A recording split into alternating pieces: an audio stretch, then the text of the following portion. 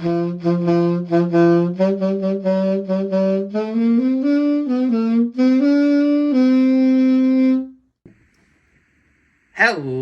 and welcome to the table. I'm your host, Teen Wolf, and today we are finally going to be talking about the lore for Phyrexia, All Will Be One. So, today, we got quite a bit going on here. I'm first gonna just kind of like, as I move forward in the lore videos, I kind of want to describe things a little bit more. I want to go a little bit more in depth on the lore than I normally do. So now, for this at least, I'm going to be describing the setting and like the main characters that are going to be shown throughout the story and whatnot, for this story anyways. And then just give like a quick little recap of what happened in the last couple installments to the lore table, and then just talk about the lore. So anyways, previously on the lore table, Dominaria United was not... I mean, they won the battle, like I said, at the very end of the Dominaria United All Will Be One lore video. They won the fight. They held off the Phyrexian threat for now, but they lost a lot. They lost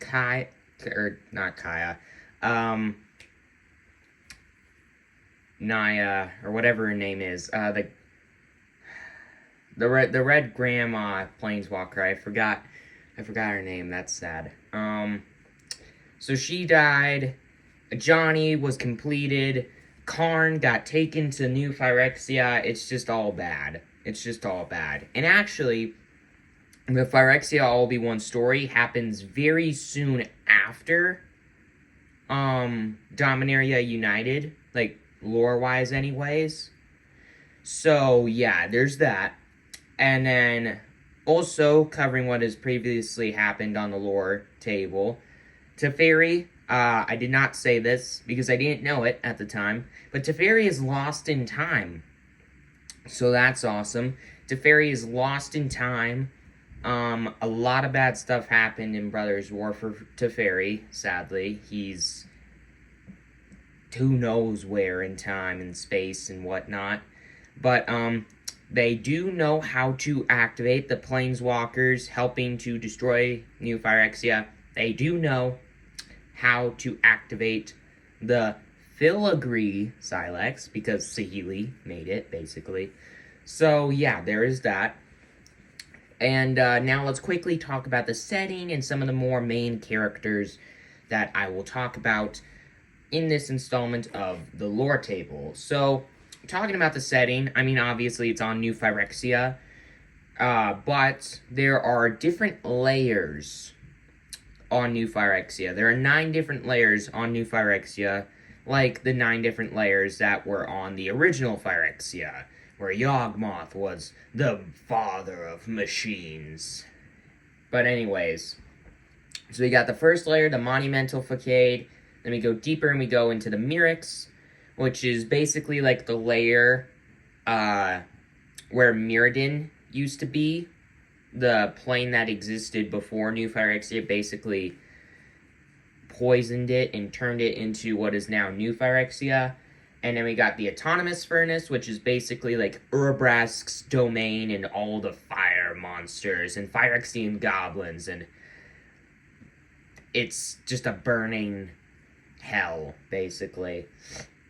And we got the Hunter's Maze, which is, you could probably tell, Vorinclex's domain, which is just all these monsters and just giant Phyrexian brute warriors and stuff like that. And then we go deeper and we get into the Surgical Bay, which is Jin-Gitaxias's domain. Then we go into the Dross Pits, where Shieldred just kind of controls that layer, and there's actually a kind of arena like there was back on the old Phyrexia, back on the Phyrexia that Yawgmoth created. The one where Urza and Gerard got thrown into. So yeah, there's a new Phyrexian arena in Shieldred's domain, otherwise known as, or also known as the Dross Pits. And then we get into Elishnorn's domain, finally, the Fair Basilica, which is a beautiful looking layer, but it's Elishnorn, so there's probably like terrifying horrors and God, it's just terrifying crap. And then finally we get into the Mycosynth Gardens, and that's just like we'll get there. We'll get to what happens in the Mycosynth Gardens. And then finally, where the Realm Breaker, which is basically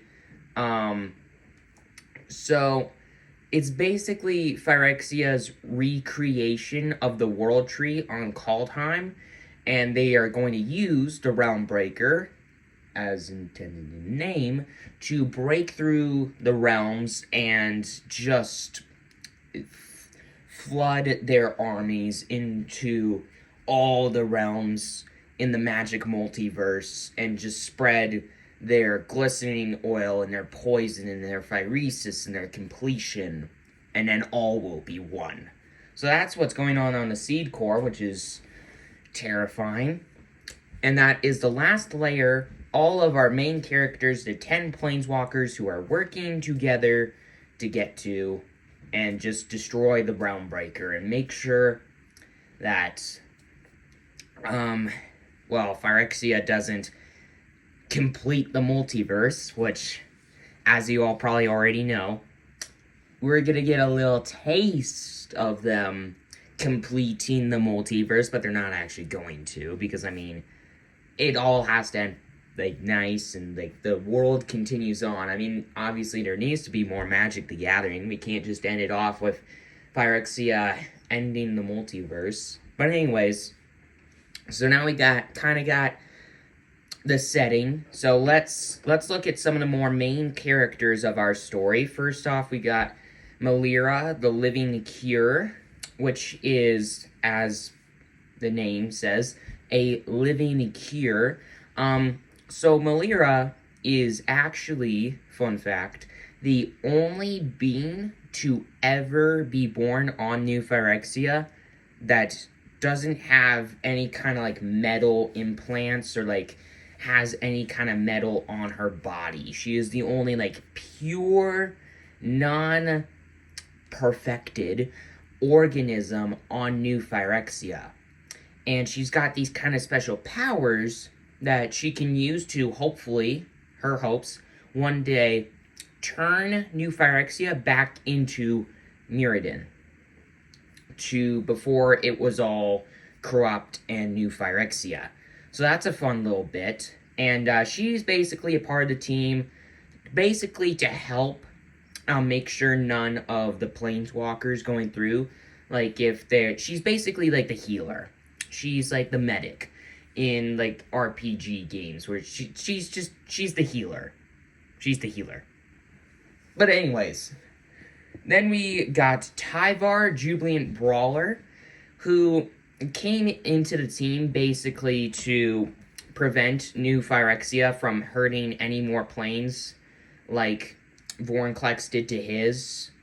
And Tyvar he just doesn't want the New Phyrexia to destroy any more realms and corrupt any more realms like his world of Kaldheim. And he also really hates the fact that the Phyrexians had the guts to say, hey, we're gonna recreate the most sacred thing on your plane of existence, the World Tree, and turn it into the thing that's gonna destroy everything in the multiverse. So yeah, he's pretty pissed off at the Phyrexians. And we also got Tybalt, who apparently, he is not in this set, so he's probably going to be printed in the next set, but who knows, probably not if we get later into the lore, which you'll see why I'm saying this later. But Tybalt is in this set, in the lore anyways, and he is a completed planeswalker, and he's basically got these giant sword daggers for hands. It's super cool looking. I kind of wish he was printed in this set, but who knows, he's probably going to get a printing in the next set. And then we got a Johnny Sleeper Agent, who is a completed planeswalker from Dominaria United. He is back in the story, and holy crap, does he look terrifying. He's like an Elish Norn cat demon monster thing. It's just scary. And here's another cool note. Elspeth was mentored by Johnny, which Elspeth is another one of the main characters on the team, and she came onto the team to try to help Ajani and just to make sure that Phyrexia doesn't destroy the multiverse, and also to bring some Halo along, because apparently the Halo negates the effects of completion, which is nice. And then we got Jace, the Perfected Mind, who is going to get completed in this story, sadly, but he's not completed yet. That's all we need to know. And he is actually, fun fact, well, it's not really a fun fact. He is one of the 2 planeswalkers who has the knowledge to activate the Filigree Silex to destroy the Realmbreaker. The other one being Kaya, who came here because she's a part of the Gatewatch like Jace. It's kind of like her duty to protect the multiverse, so obviously that's why she's coming. And then we got Kaito, the Dancing Shadow, who came here with his childhood friend, the Wandering Emperor, or the Eternal Wanderer, as the Phyrexian, the new Phyrexia card text, like, that's her name in New Phyrexia, all be one. Anyways, so yeah, they came basically to make sure that what happened on their planet Kamigawa, like basically Jin-Gitaxias doing his awful and horrible experiments, doesn't happen to any more realms of existence. And then we got Nahiri, the Unforgiving, who is a really, really powerful planeswalker. She is probably the most dangerous and most powerful in the group, and she's also completed. She's going to get completed later on in the story. But Nahiri is very powerful. She's very scary. They made her a part of the team. Basically, she didn't want to be on the team because Nissa was on the team, who's on the team to basically...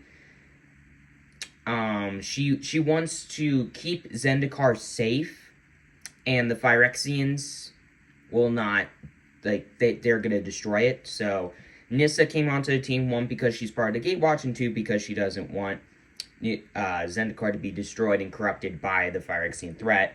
And Nahiri didn't want to be on the team because Nissa is, but for similar reasons, not because she's on the Gatewatch, but because she wants to protect Zendikar from the Phyrexian threat, she decided to join the team. And then we got ourselves Koth, Fire of Resistance, who is a planeswalker who lives on New Phyrexia. He's not completed, he's just all fine, everything's good. He leads the Resistance, the Rebel Resistance, who's trying to basically stop the Phyrexians from doing anything bad, but they're definitely outmatched. So the Planeswalkers are joining up with the Rebels to destroy the Empire. I mean, sorry, the new Phyrexians. Anyways, I couldn't resist. I'm a Star Wars fan. I had to do that. And then, like I already said, Elspeth's on the team because she's bringing Halo. And then Luca is part of the team as well, a planeswalker from Ikoria, but he has, like, no part in the lore at all. Like, he's not even mentioned once. So, he's not really a main character. So, he's just here. And he gets, like, corrupted instantly. So, yeah. Anyways, and and then we got Vraska, who's on the team, also corrupted, sadly. But she is on the team, basically, to protect Jace. Because she loves Jace. Jace and her are in love, and Vraska wants to keep Jace safe.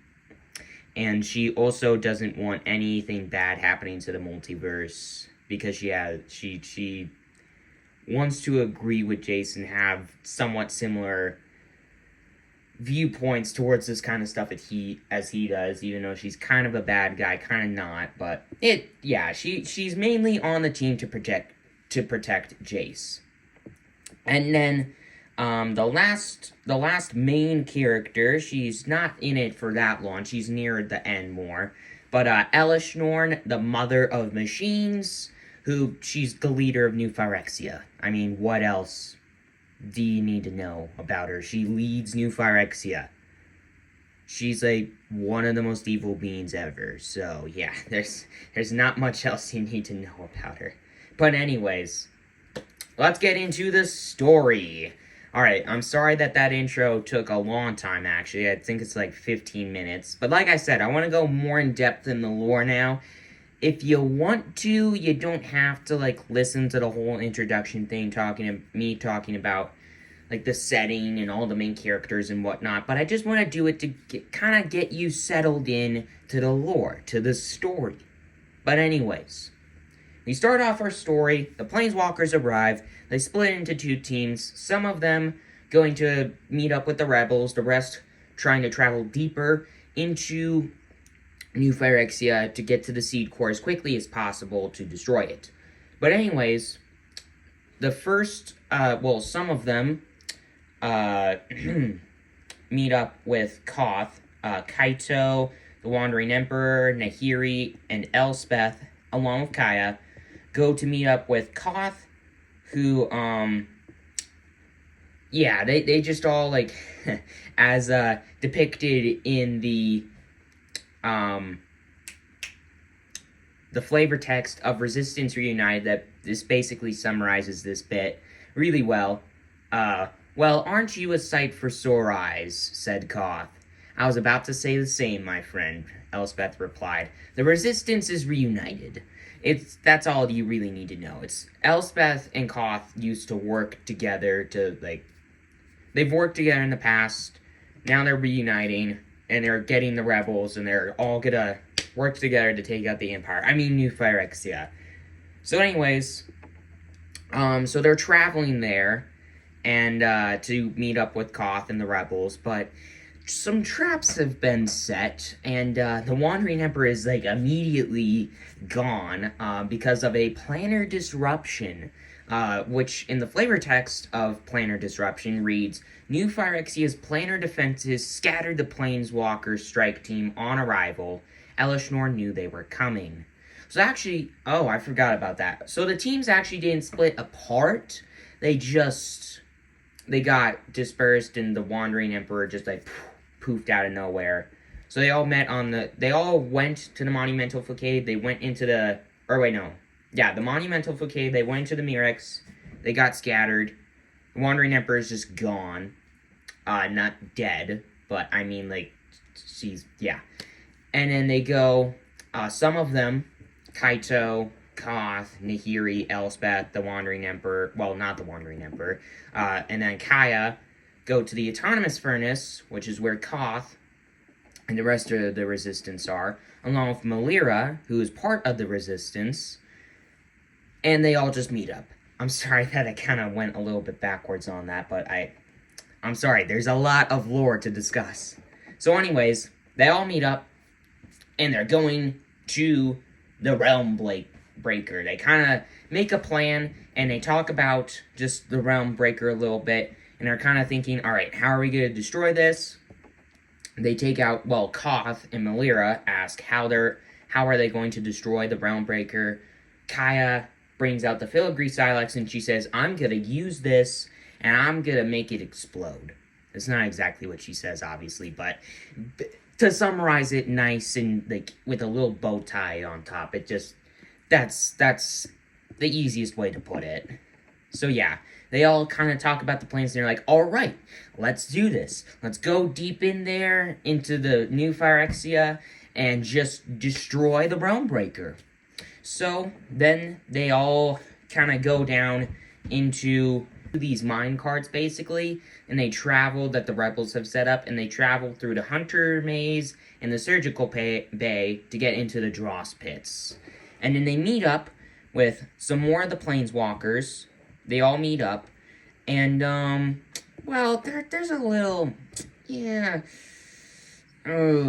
kind of bad. So, Jace is just walking around and doing whatever. they're all just walking through the dross pits, and then Jace hears Vraska yelling for him, and Jace takes off from the team into the middle of nowhere in the dross pits.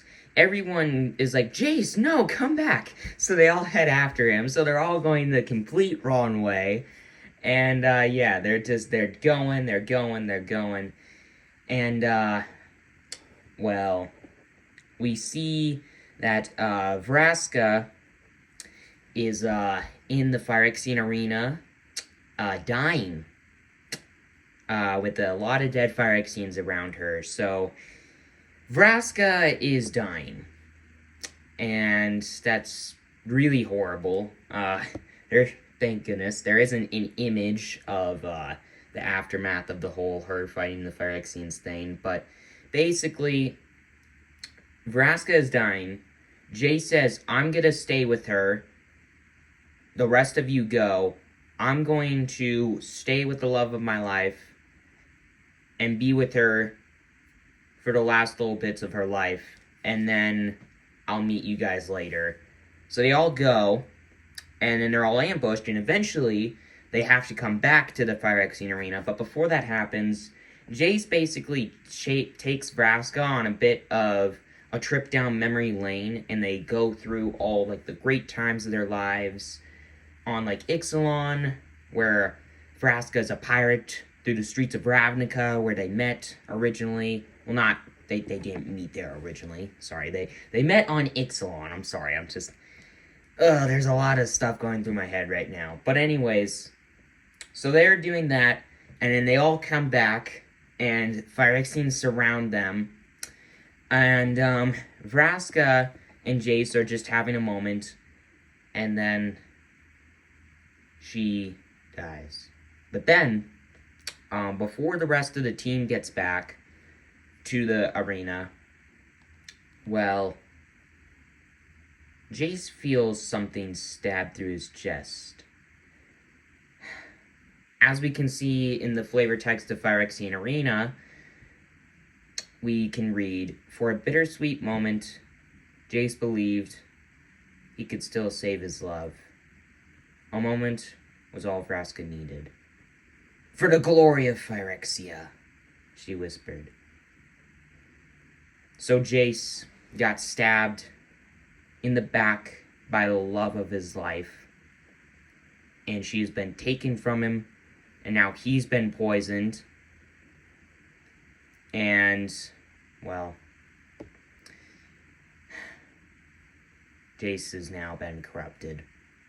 He is not a Phyrexian yet. It's slowly taking hold of him, but eventually he is going to turn into a corrupted planeswalker. And then they all arrive, and they're all surrounded by Phyrexians. And Nahiri, well, Nahiri's got a plan. When they first arrived, Nahiri, they all basically were instantly into a battle as they were trying to get the first team, Kaya, Elspeth, Nahiri, and Kaito. As they were going to Koff's resistance, they basically got thrown into a ton of battles. And Nahiri got, well, stabbed. She got poisoned. And Melira was looking at it, and she had no way of curing it. She couldn't do her one job. Melira couldn't do her one job of healing her. But yeah, it's just, whatever. It's fine. It's fine. Nahiri is going to become a Phyrexian Planeswalker. Their greatest weapon is going to become corrupted. They're all going to die. No, I'm joking. But anyways, so Nahiri has been corrupted for a while now. Melira tried to help, but couldn't. So, Nahiri says, I'm going to make the ultimate sacrifice to save you all. However, before that happens, a couple of them get corrupted. A couple of them get just corrupted by the by the Phyrexians. Those planeswalkers being Nissa, the Ascended Animist, now that she's been completed. And oh, by the way, her art just looks terrifying to me. I mean, just, like the copper hands and the forward arms and the one of the arms being like this. Yeah, it's just, Phyrexia. And another being Luca, who, like I said, did nothing throughout the whole bit of the lore, and he's never brought up again. But after they get completed, Nahiri says, I am going to make the ultimate sacrifice. So, it gets demonstrated in the lore exactly how powerful Nahiri is. So, think of an arena, like the Colosseum in Greece. You know how that's really big, right? Picture that as the Phyrexian arena, but all corrupted and just Phyrexian-like, right? So Nahiri is going to make the ultimate sacrifice. And in the card Nahiri Sacrifice, the flavor text reads, Nahiri's last free breath became a defiant roar as she tore apart Shieldred's Colosseum. So as you can see in the art, the entire thing just gets absolutely destroyed.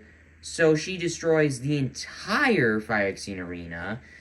She doesn't die. She just, before she gets corrupted, she destroys the entire arena. So Jace and a couple of the others, those being Kaito and Kaya and Koth and Melira and Tyvar, of course, they are left, but everyone else is gone. And so they all get dropped into the Fair Basilica.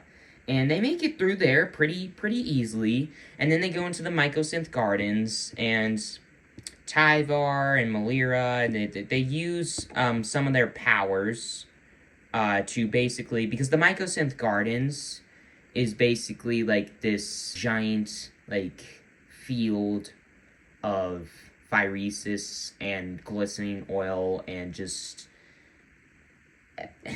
Tyvar and Melira basically turned everything into Halo, using Elspeth, who Elspeth is also still around, into Halo so they could walk through it without being corrupted. And then they head into the Seed Core. And they are looking at the Conduit of Worlds, the Realm Breaker itself. And then the team gets broken up again. Karn, you can see his body scattered, parts of his body scattered around the ground. So Koth and Melira are going to help him out. And then Elspeth and Tyvar see a Johnny and a corrupted Tybalt come out of nowhere. So Tyvar goes off to fight Tybalt, and Elspeth goes off to fight a Johnny and try to help out her mentor. So all there are 3 left. Kaito, Elspeth, and Kaya are left with the Filigree Silex at the stump at the heart of the Realm Breaker.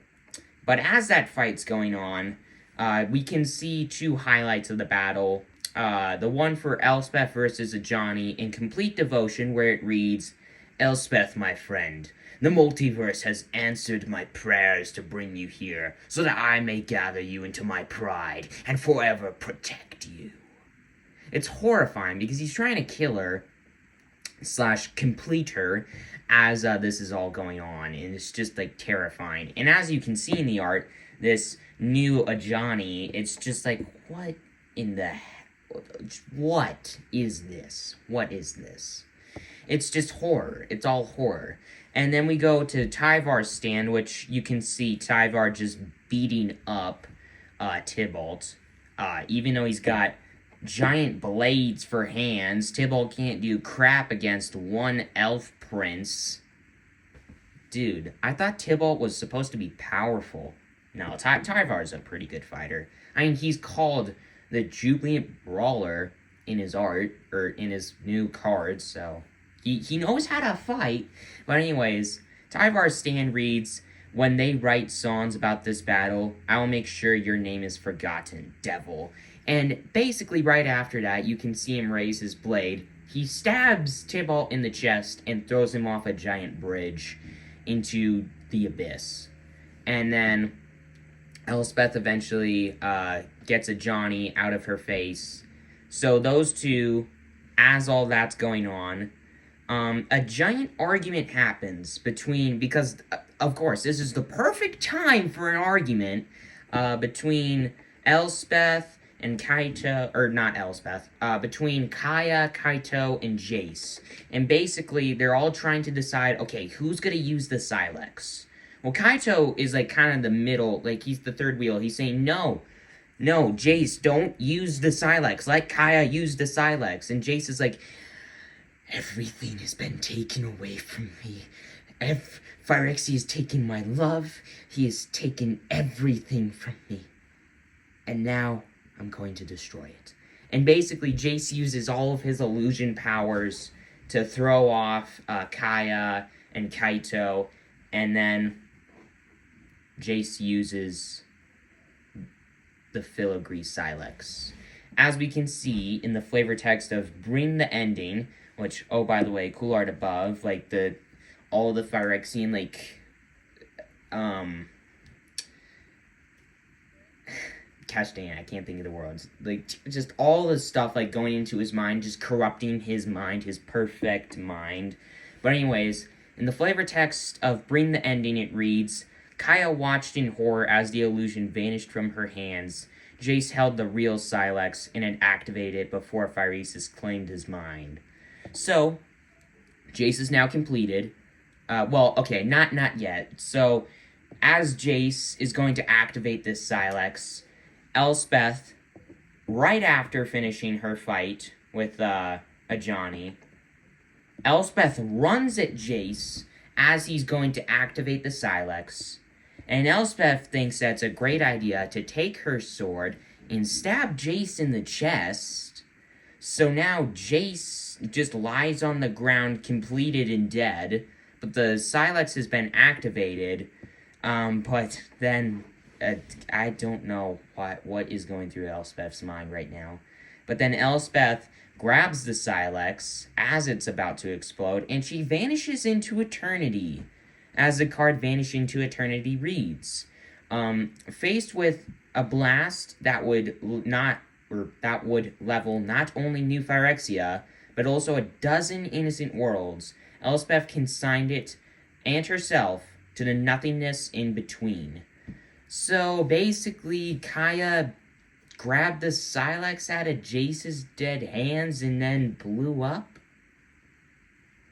I don't know. I mean, I know, but it's just like, why? What is going through her head right now? But they were a little bit too late, because all became one. In the card, all will be one. Elspeth used her powers, along with a corrupted Nissa, to, as you can see in the art, she just made everything one. As the flavor text reads, the invasion tree broke through the blind eternities and sent Phyrexian perfection coursing across the multiverse. So the multiverse, it got completed, but at the same time, the Realm Breaker blew up. So I don't know. But what I do know is after the explosion happened, Elspeth is gone. The only two that are left are Kaya and Kaito. And then Elspeth walks by and says, "Oh, hello there, my pretties." And then here comes Jace. And Tyvar. Okay, so there's Tyvar, there's Kaya, and there's Kaito. They are the only three left. But then here comes Jace back from the dead. He just stands up with a sword in his chest, and it just falls out of him, because that's a pretty sight. So yeah, Jace is now the perfected mind, so he walks around next to Elspeth, and then Nahiri just pops up, and then Tamio comes over, and then Nissa comes over, and then Ajani comes over, and it's just like 6 different completed planeswalkers in Elspeth versus Kaito, Tyvar, and Kaya. Now, don't get me wrong, they're powerful and all, but there's no way they're gonna survive that. So anyways, it's those 3 against the Phyrexian world, and then the story just ends. And then it all just ends. So yeah, that's great. It's just 3 versus 8 billion Phyrexians, or however many Phyrexians. So yeah, that's great. Now, let me ask you this. Did all become one? Or did they win? Or do they have to clean up some worlds that got completed with Halo?